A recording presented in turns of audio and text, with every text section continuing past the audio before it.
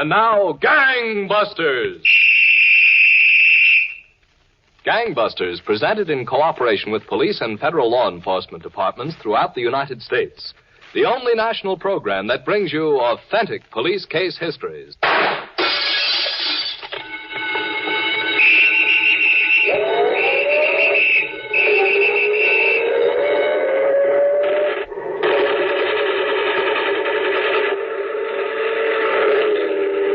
Now to Gangbusters and facts that show the operation of our law enforcement officials in their war against the underworld. Gangbusters has asked the Honorable Saul S. Sherrison, Assistant United States Attorney for the Southern District of New York, to narrate tonight's case. The inside facts in the case of the kidnapped Paymaster. Mr. Sherrison, before you begin, I think the Gangbusters audience would like to know that you brought to the studio a man who played a very important part in tonight's case. That's right, Don Gardner. He's right over there, and we'll hear from him later. Right now, I think we ought to get on with the report. All right, Mr. Sherrison. The main events in this case occurred right here in New York City. Isn't that right? In the section of New York City known as the Bronx. Almost a year ago, Don, on a Saturday afternoon, the stores in the Fordham Road district were crowded with shoppers. At one particular shoe store, a young woman customer was trying to get fitted, while her companion sat next to her. The trouble clerk was on his way with still another pair of shoes to show his hard-to-please customer. Just look what he's bringing over this time. For crying out loud, Terry, you're going to buy a pair of shoes, or aren't you? If I see something that's chic, yeah. Here, madam, is a style that's very smart. Pumps, I asked you for. Do these look like pumps? As I told you, madam, pumps have gone out. They're not wearing pumps this year. If the lady wants pumps, get her pumps. Yeah, get me pumps. Well, I'll take one more look. Excuse me, please. I'll be right back. How do you like the nerve of him, huh? You're not exactly the easiest one in the world to please. If I want pumps, Mac, I want pumps. That's the price you've got to pay for keeping me slaving away in that shop. Look, Terry, I don't want to hear no more about it. You stay on the job there until the time is right. And when's the time going to be right? Meanwhile, I'm breaking my back running a drill press at $40 a week. Who needs it? You'll keep running that drill press until I'm set. I need another guy or two. Who are you looking for, Dillinger? Shut up. Ain't 4 months long enough to find somebody? I wish you'd get your shoes and get out of here. Well, let me take my time, Mac. I'm the one that's got to wear 'em, and I... Oh. Well, how do you like that? What? Here comes that Charlie McCarthy of yours. Bud? Where? He's coming. He'd find you in Times Square on New Year's Eve. Hiya, Terry. Mac. I said you went shopping. You've come to carry the bundles? What do you want, Bud? I had to see you, boss. I'm in a little jam. A cop or a dame? Lay off, will you, Terry? What kind of a jam? Where's that monkey with the pumps? I need about $300 quick. $300? Well, $280 to be exact. Must be a dame. Crying out loud, why? I owe it to a guy. Stall him. You can give him to him after we pull off the big deal. Heck, I gotta pay him off tonight. If I don't pay him, I'll get my head beat in. Who's got this dough coming anyway? Johnny J. Johnny J? Yeah. Don't you have no more sense than to borrow dough from a rotten loan shark? I needed it. The horses out at Belmont were hungry. So what? How much did you borrow? 2 bills. What's the 80 for? That's interest. Interest? Only 5% a week. Hey, you idiot. Where do you have to meet that cigar-smoking chiseler? Oh, at some bar. Tonight. Okay, he'll be met by the two of us. Where's that guy with my pumps? You don't need any shoes. Let's get out of here. Hey, wait a minute. Come on, let's get out of this joint before I run you out in your bare feet. Okay, but why get sore at me? I didn't borrow no dough from Johnny J. Let's go. Wait, said let's go. I'm coming. Don't rush me.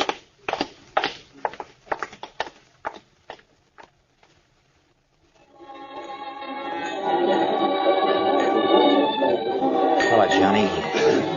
How was up at the bar? Told you this booth. Sit down. Got a match? Yeah, someplace. Yeah. Thanks. Well, give me my dough, I'll buy you a drink. Look, Johnny, I haven't got it. That's what I want. You want to get paid, you rotten welcher. Wait a minute, Johnny. Wait, nothing. Told you what had happened. Ever see a guy get his face burnt with a lit cigar? He'll get you dough. I bet on tonight. There's a guy here. Does he got the dough? Yeah. He's got it. Oh, why didn't you say so? Let's go get him. We don't have to. Here he comes. Oh, Johnny. How long's it been? This the guy? That's him. Sit down, Mac. Now you come taking care of the kids' troubles, McIntyre. I look after my boys. Okay, Bud, scram. Hey, wait a minute. If I don't get my dough, I want his hide. Get out of here, Bud. Go on. Yeah, so long. I'll be safe. Hey, wait a minute. Come here. Sit still, Johnny. He only listens to me. You got a lot of nerve, Mac. One more thing, Johnny. You can stay, but that cigar's got to go. Oh, yeah? Give me a match. I said put the cigar away or I'll shove it down your throat. Well, as long as you ain't got no match. How much did the kid take from you? Comes to 280. I didn't ask what it comes to. What did he take? Took 200, but I'm entitled to my interest. Here's your 200. And now, look, Mac, I'm in business. I got it. You've got to nothing. You don't want the 200, give it back. 20, 40. It's all there, Johnny. Put it in your pocket. Yeah, I guess it is. What do you have to drink? Nothing. I'll see you again sometime. Hey, Mac. What? Don't get the wrong idea about me. I'm still as tough as I used to be. Be as tough as you like. I'm a 3-time loser, Mac. Once more, they put me away for good. I don't want that. But remember, I can only be pushed so far. Johnny, have you got any idea why I laid out 2 bills to get this Bud out of soak? Didn't think it was out of the goodness of your heart. He's got a trick, Johnny. You can take the door lock right off a car without leaving a scratch. So, what do you want me to give him, a medal? We take it to a guy, and an hour later, we got a key that fits the ignition and the door. Sweet. Awful sweet. But it takes too many cars to build up a nice score. I want it quicker. And I'm going to get it quicker. Uh-huh. Johnny, I got a deal in the works that I'll have to have a bushel basket to carry away the dough. Yeah, they'll throw the book at me this time, Mac. Told you I was a 3-time loser. I'm not interested in anything, except staying out in the street. This'll be as soft as frozen custard. Worth it? Can you count up to 100,000? I tried hard enough. Want to hear about it? Can't put me back in for listening. This is a big foundry over in Jersey. I planted my girl in there. The payroll runs 50 to 100 grand every week. They pay off in cash. Payroll's got guards, Mac. Bigger the yard, the more guards they got. Look, I've had my girl in that shop for 4 months. I know that place inside and out. Thursday nights, the payroll lays in the safe with nobody around but an old creepy watchman. What about the safe? I don't think that'd be so creepy. That's where the gimmick comes in. The Paymaster lives right here in the Bronx. We grab him at his house, take him back to Jersey. He opens up the safe. That's all there is to it. It's gonna take a lot of doing. For a lot of dough, I can stand a lot of doing. Okay, Mac, figure me in it. Didn't you ask me for a match before? Yeah, I did. Here. Go ahead. Light up that big black cigar. I love 'em. Thanks. Hey, waiter. Waiter, another round of drinks here. Make it snappy.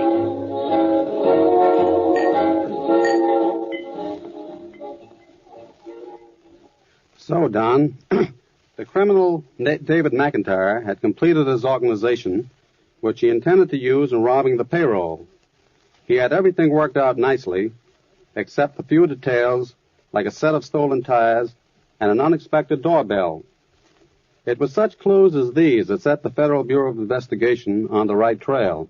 Then, in the meantime, the Federal Bureau of Investigation was looking into the interstate car thefts in which McIntyre and young Bud Aldridge were previously involved. These cars were being stolen in Bronx and Westchester counties, New York, then taken to Connecticut and New Jersey, where the accessories were stripped and sold. Special Agents Haynes and Martin were at the New York field office discussing the case. Well, Haynes, looks like those car thieves are going to be harder to catch than ever now. They just quit. At least while they were operating, we had a chance to get them with the goods. I don't know. I don't think they pulled out of it permanently, Martin.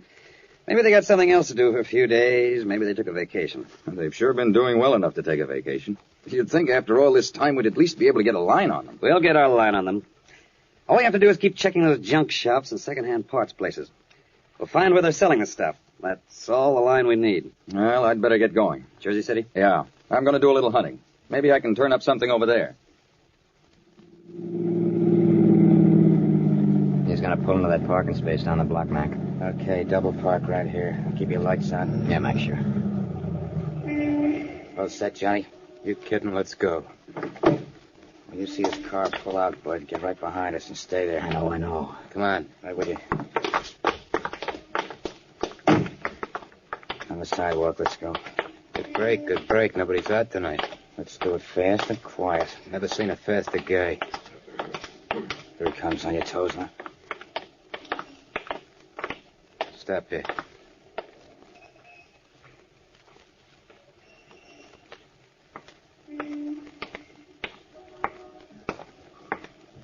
Pardon me, mister. Yes? Got a match? Yes, I think so. Those cigars of his keep going out. He runs himself and everybody else out of matches. Oh, some cigars are like that. Keep your hands at your sides and don't move. Hey, Now walk back to your car. listen here, you... Walk, he said. Okay, but be careful with that gun. Reach in your pocket and give me the keys to your car. All right. Well, what do you want from me? I don't carry much money. Just give me the car keys. Yeah. Here they are. Here you are, pal. Open up. Get in, Siegel. Where are you taking me? What do you think? Get in. Oh, please. Go on, get in. In back, in back. Okay, in back. Climb it back with him, pal. Right.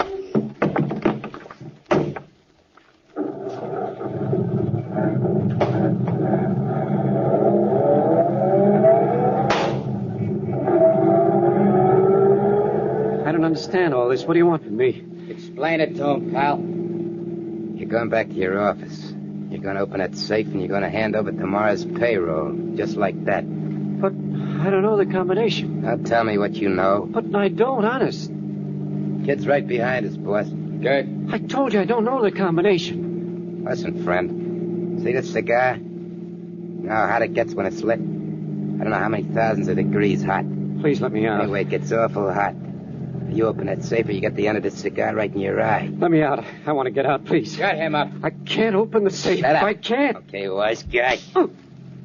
Stay shut. Don't knock him out. Not yet. I want him sitting up when we cross the bridge. Okay. No sense getting those cops at the toll gate suspicious. Keep him up and keep him quiet. We'll give him a treatment later if we have to.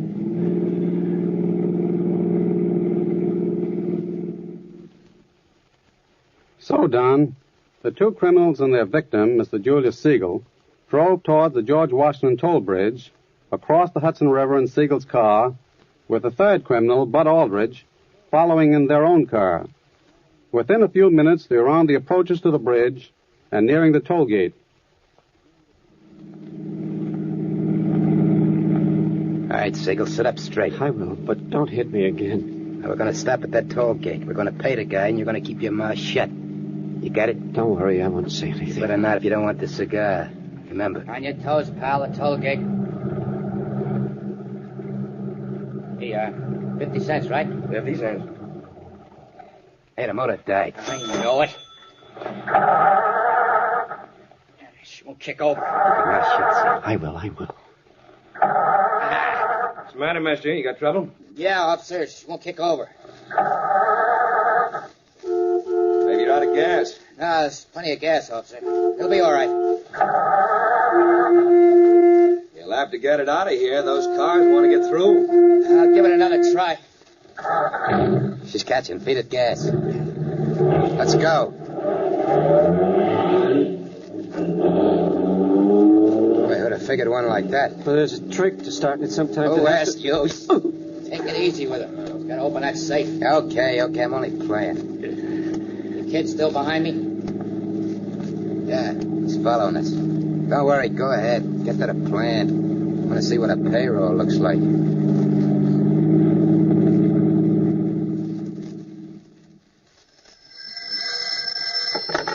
Special Agent Haynes. This is Martin. I'm glad I caught you at the office. Yes, I had to finish up something. What's up, Martin? I found a fence over here in Jersey City, Haynes. I think he's the one who's been buying the accessories of those stolen Bronx and Westchester cars. Oh? What does he have to say? Nothing, that's the point. We found 2 radios and 3 sets of tires. He says he bought them in good faith. Says he doesn't know the fellows who sold them. Well, what's the name of this fence? Denver. Joe Denver. He's got a long record for receiving, never a conviction. All right. How about bring him into New York? I'd like to talk to him. Right. We'll be there in an hour. Oh, and say, Haynes, will you call up my wife? Tell her I won't be home tonight. But I'm telling you, I don't know the combination. Did you hear him, boss? He says he don't know the combination. I heard him. We know different. We know you open that safe every morning and close it every night. That's not true. Honest, it isn't. Oh, it ain't true, huh? Hey, boss, give me a match. Why don't you carry your own matches? I'll drive. Catch. Thanks. Make it snappy. The plant's in the next block. What are you going to do? Hey, I'm gonna light my cigar, that's all. Just light my cigar. Good cigar, ain't it? I wouldn't know. Told you how hot they get. Now you gonna open that safe? You wouldn't like it in the eye, would you? Okay. I'll open the safe. Now you're acting smart. What do you care? It's not your dough, wise guy. Okay, hold on. We're turning in. There's a kid right behind us. Good. Now sit up, Siegel. Do like we tell you, you won't get hurt. It's bad. All right. I'll do anything. Come on, let's go. Okay, Siegel. Move. Go on, get out. All right, I'm going. There's the kid. All right, Siegel. Walk right up to the office door, just like you worked here. Which he does. Get going.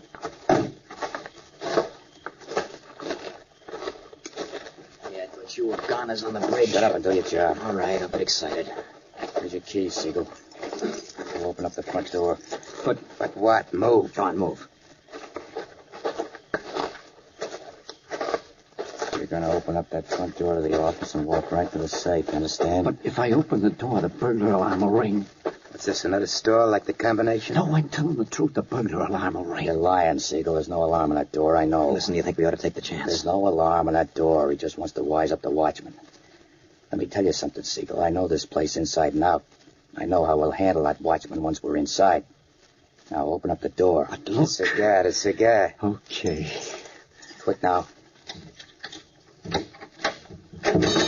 Holy, the joint's bugged. He was right.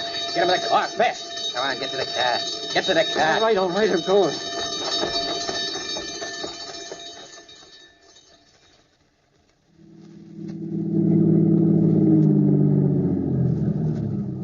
You're going to let me out here? Are you, please? Yes, Siegel, we're going to let you out. See what he's got on him. You ought to get something out of this job. Hold still there, you. All right. I don't have much. There's his wallet. What's in it? $5, $6. Yeah. All this trouble for $6. $6. Okay, he's out. Take your gun and shoot him once through the head. Shoot him. I was looking for the chair. How can they tag us for it if he's dead? I'll tell you how. There's some people with big mouths, that's how. Who are you talking about? Not you. Who can tell about the kid or even the dame? Yeah, who can tell? All right, just work him over good. I want a head start in the cops. I'll work him over good. Don't worry. Ever see a guy get pistol whipped? Gun's good for more than one thing. Dirty rotten. He won't wake up for a week. Burglar alarm. Combination.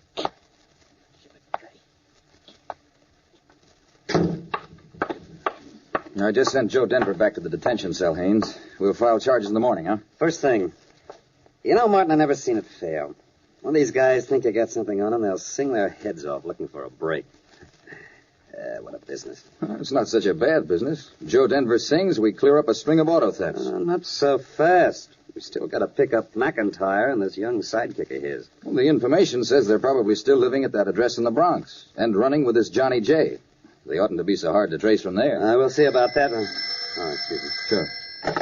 Hello, Special Agent Haynes. Haynes, this Crawford over at the Richfield, New Jersey police. Oh, yes, Crawford. How are you? We've got the victim of a robbery up here. Oh? They held him up in front of his home in the Bronx and brought him over here to Jersey to open up the safe. That's kidnapping. Yeah, they carried him over the state line. That makes it your beef, doesn't it? It sure does. The Lindbergh law. What have you got to go on, Crawford? Well, the victim, Siegel, got the license number of their car, but that's not going to be much help. It was stolen last week in Westchester County. Westchester, wow. Tie in with anything? It could. We're working on a Westchester case right now. Stolen cars. Where is this victim? He's still here at our station. Doctor says he can go home after he rests up a bit. Well, keep him there a while. We'll be right over. Okay, I'll be looking for you. So long. What is it, Haynes? Come on, Martin. We're going over to Jersey. I'll tell you all about it on the way. I'm ready. Oh, you don't happen to have a picture of McIntyre on you, do you? Yes, I do. Good. Let's go.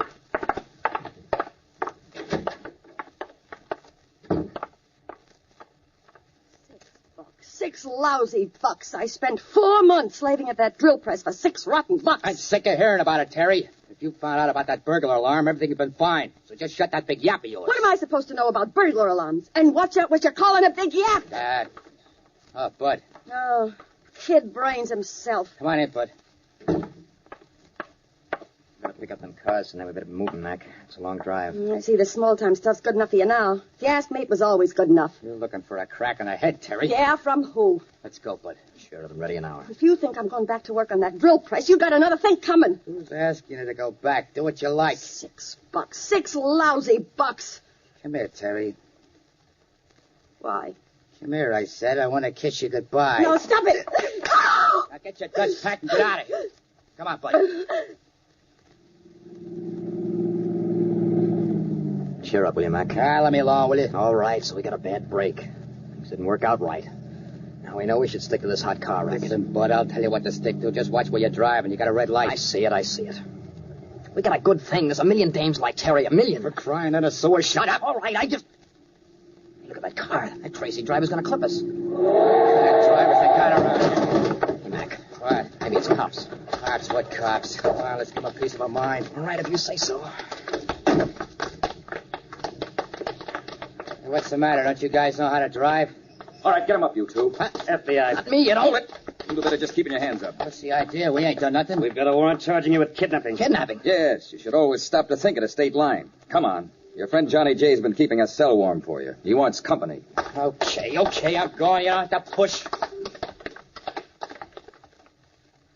That, Don, was how the arrest was made. David McIntyre and Johnny J were sentenced to 20 years each, and Bud Aldridge was given 6 years. They are now serving their terms at various federal penitentiaries for abducting Mr. Julius Siegel and carrying him across the state line. Well, Mr. Siegel certainly had a rough time of it. You know, Don, that for every crime there must be a victim as well as a criminal. And I brought Mr. Siegel to the studio tonight. Well, so I see, Mr. Sherrison. He had an experience that any one of us may be called on to face any day. Well, we're glad to have you on Gangbusters, Mr. Siegel. I'm glad to be here, Don, but I must say that in all my years of listening to Gangbusters, I never dreamed that one day I'd be a part of your program. And a very important part, too. I suppose that all of us think of crimes like kidnapping in terms of someone else. It must have been some sensation when you realized that this time you were the victim. Well, Don, from the first I knew those boys meant business. But it wasn't until they were ready to leave me later on that I started saying my final prayers. Well, just what happened? Well, when they got ready to go, one yelled to the other, "Kill him and dump him." But then he came back to me and said, "We decided not to kill you. We're going to knock you out." And that's when they really gave you a going over? That's right, Don. But to tell you the truth, the beating wasn't nearly as bad as the mental torture. At first, I thought it was just another stick-up. But when my face hit the floor of the car, well, it seemed as though a million things flashed through my mind. Well, just what kind of things do you mean? Well, maybe these thugs had gotten to my wife and children. Also, even if they hadn't, I thought I'd never live to see them again. And then there was that one voice that kept yelling, "If he opens his mouth, kill him." I can still hear it to this day. Well, that certainly must have been a grueling experience. Believe me, Don, it was. All I can say is, it's great to be alive. Well, thank you, Mr. Julius Siegel, and you, Mr. Saul S. Sherrison, for coming here tonight and being our guests on Gangbusters.